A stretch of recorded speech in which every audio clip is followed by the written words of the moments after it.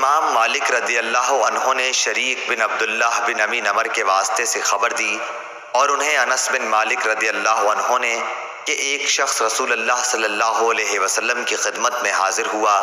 अर्ज़ किया, या रसूलल्लाह, कहत से जानवर हलाक हो गए और रास्ते बंद, अल्लाह से दुआ कीजिए। चुनाचा आप सल्लल्लाहु अलैहि वसल्लम ने दुआ की और एक जुम्मे से अगले जुम्मे तक एक हफ्ते तक बारिश होती रही। फिर एक शख्स ने रसूलुल्लाह सल्लल्लाहु अलैहि वसल्लम की खिदमत में हाजिर होकर अर्ज़ किया कि या रसूलल्लाह, बारिश की कसरत से रास्ते बंद हो गए और मवेशी हलाक हो गए।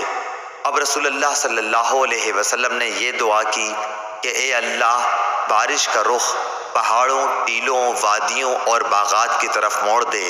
चुनाचा बादल मदीने से इस तरह छट गया जैसे कपड़ा फट जाया करता है। सही बुखारी हदीस नंबर 1019।